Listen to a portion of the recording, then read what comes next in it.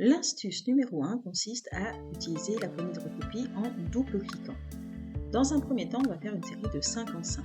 On va sélectionner avec la croix blanche les cellules de 5 à 10, puis on va se positionner dans l'angle en bas à droite pour obtenir la petite croix noire et on va aller étirer jusqu'à un certain nombre de lignes. Dans ce premier cas, on est obligé d'aller étirer pour délimiter en fait tout simplement la longueur de notre tableau avec le nombre de lignes. Maintenant, dans un deuxième temps, nous allons sélectionner les cellules qui contiennent 3 et 6 avec la grosse croix blanche, puis on va aller en bas à droite avec la poignée de recopie et cette fois-ci, bien sûr, on pourrait étirer comme on vient de faire précédemment, mais on va double-cliquer sur cette petite croix noire. Automatiquement, cela fait une recopie avec une incrémentation de 3 en 3, mais cela s'arrête à la limite de la première colonne, car en fait Excel sait qu'on veut faire un tableau, et dans un tableau, généralement, on commence du même endroit et on arrive au même endroit. Avec une formule de calcul, ça se passe exactement de la même manière. On va faire égal 5 plus 3, donc B5 plus C5, on va faire entrée. Il faut revenir sur la cellule qui contient la formule de calcul, puis aller dans l'angle en bas à droite et on double-clique. Voilà, vous avez l'astuce numéro 1 pour le double-clic.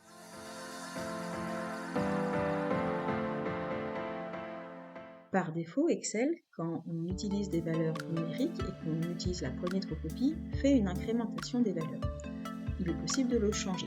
Par exemple, je vais noter 5, 10 et 15 et je souhaite donc sélectionner les cellules, puis étirer sur un certain nombre de lignes.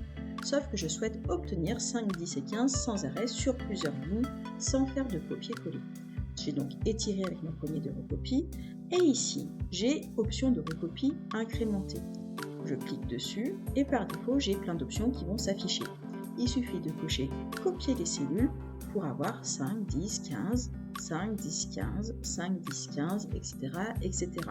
Cela évite de faire plusieurs copier-coller et de se trouver dans les cellules au niveau de la copie ou au niveau du collage.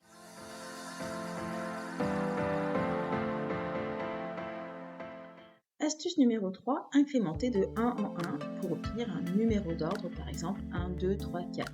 En effet, très souvent, les utilisateurs d'Excel vont noter 1, puis 2, sélectionner les deux et étirer. Mais il est également possible de faire l'astuce suivante. Vous tapez 1 dans une cellule, vous mettez dessus, vous étirez, bien entendu cela va recopier la même valeur de partout, donc 1, puis en utilisant les options de recopie, vous faites incrémenter une série.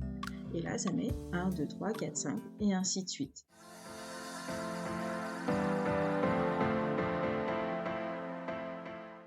L'astuce numéro 4 consiste à recopier une mise en forme sans changer les valeurs. Par exemple, je vais sélectionner uniquement le chiffre d'affaires de Pierre, puis je vais lui attribuer dans Accueil standard le format monétaire. Manque de chance, je ne l'ai pas fait pour les autres commerciaux. Je peux très bien donc utiliser ma poignée de recopie. Bien entendu, cela recopie le même chiffre d'affaires de Pierre sur tous les autres commerciaux, puis utiliser les options de recopie et faire ne recopier que la mise en forme. Dans ces cas-là, ça remet les vraies valeurs d'auparavant tout en appliquant le format monétaire. Il est également possible de le faire avec les couleurs. Par exemple, avec Pierre, je vais le mettre sur fond jaune, Juliette, je vais le mettre sur fond vert, je vais sélectionner les deux cellules, puis recopier. Bien entendu, ça recopie Pierre, Juliette, Pierre, Juliette. En faisant option de recopie, je fais ne recopier que les mises en forme et dans ces cas-là, ça remet bien les prénoms tout en gardant les couleurs de fond de cellule, une cellule sur deux.